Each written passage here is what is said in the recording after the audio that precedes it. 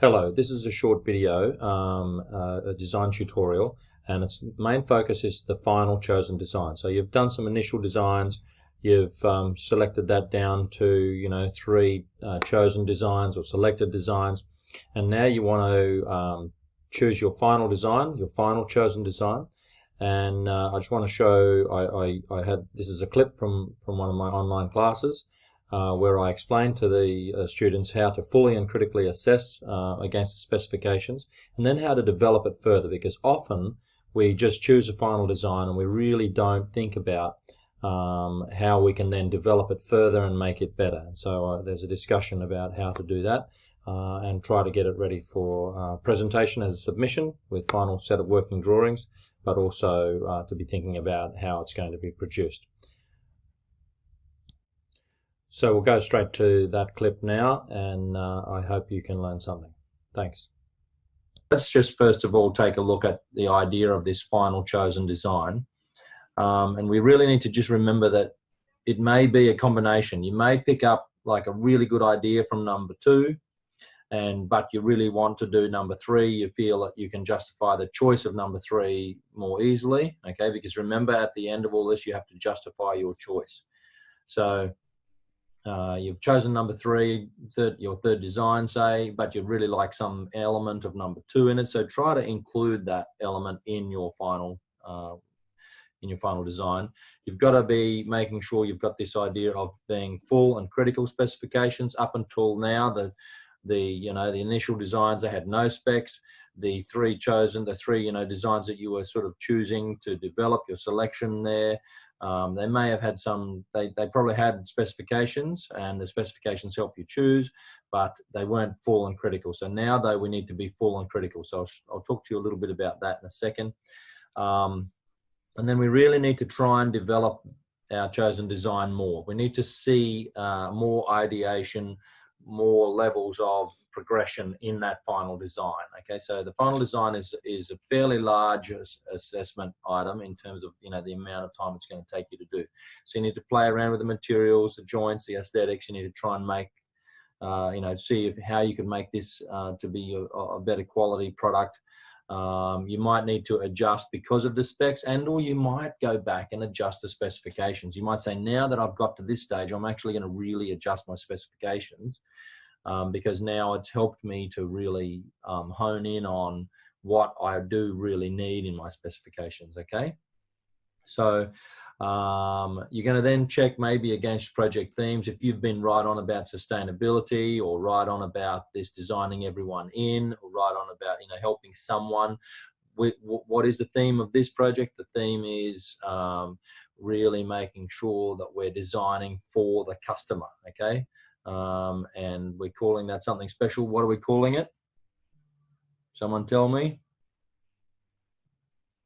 What's our theme here?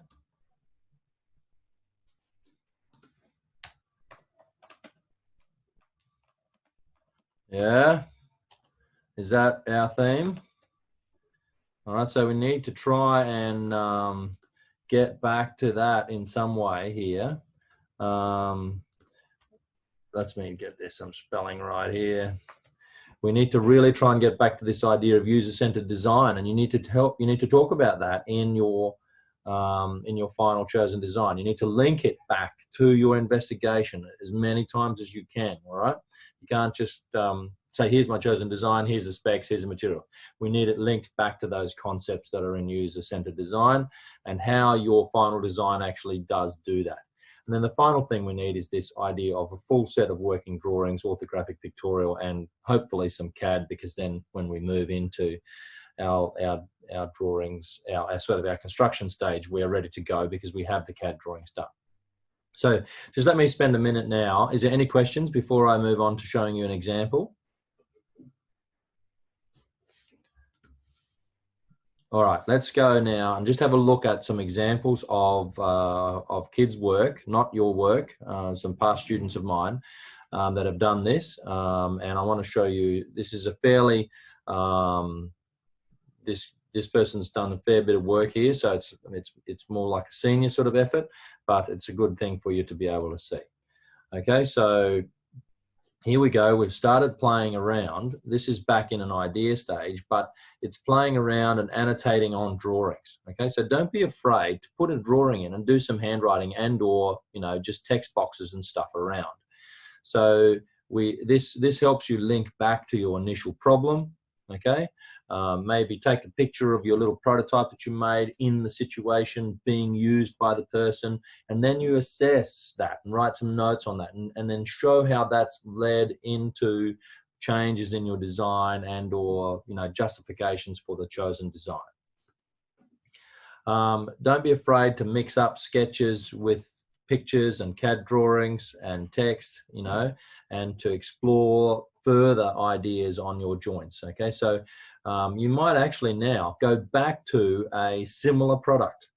Okay, you've had similar products that you'd investigated in A, but now that you're in B and you're stuck with something, it may be in your design. You've chosen a design and you want to play around with its joints or how it's made or how it's constructed. Don't be afraid to go and look for a new similar example and then try and get that into your work. Okay. Okay, let's keep going here. Then you've start to get this sort of full set of either modeling or working drawings done.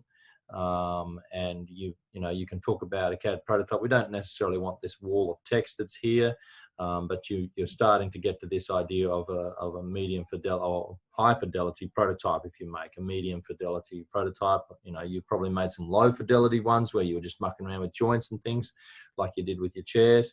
Now we need to get a bit further advanced with that. You may also play around with materials. Remember before, back up here, I mentioned that you might play around with materials, okay? So now you might actually think, well, what type of material could I use?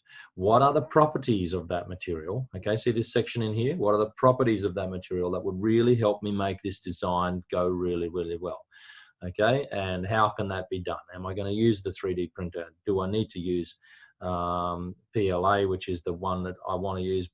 We only let you use PLA, I think, because of the fact that we are anti-plastic. So you might be wanting to think about different types of wood or different things. Try to justify via cost, via supply, via safety, you know, why I'm going to choose this material for this final product. And this really helps you get a real depth to your chosen design. Okay. There might be more playing around with prototypes, with different parts, etc. And then I won't spend too much time on that one because there's mainly a lot of text on that one. Then you want this full sort of working drawing. Now you can do that in Fusion or CAD or by hand. It's no problem. But we do need to start getting. We should get a CAD drawing out in the end. But and this drawing here is not a great example because it's like they actually don't match together. But they're three separate drawings. But they've got dimensions on them. There's a 3D drawing, you know, to explain it. And a 3D drawing, it really is not for detail. A 3D drawing is only there to show us information, as in to get it into our head, like, oh, that's what this looks like. Then I look in here for the real detail, okay, how the joint is working, what the sizes are, what the tolerances are, etc., how it could actually be made, okay?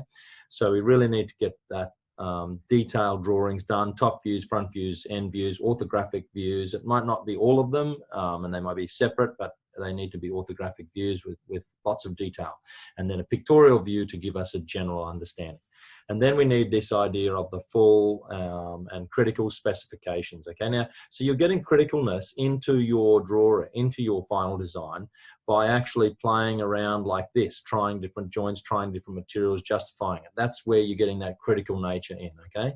And then in your drawings, you're getting the detail, and then you're checking it back against the specs. And as I said, it's really important to be able to say, hey, I've changed this specification, put a little note in here. We're not going to use that one anymore because we found it's irrelevant now because of this design that I've chosen. All right. So for instance, Stephanie, I think, has got a number of different, like a suite of designs almost, and she's maybe having trouble with choosing which one. She may actually now say, I've chosen this one, or I'm going to stay with my suite and because it's going to let me show my skills to my advantage. And so I'm going to add this extra specification. It needs to be a set of things that helps people. Okay. So you're entirely justified in changing specifications. And in fact, if you do change specifications, it's a really good thing because it shows you that The design stage doesn't just sit alone, and that you have gone back and investigated something, and you can put that in here. And so we're talking about this cross-pollination of ideas from investigation back into to our design stage, okay?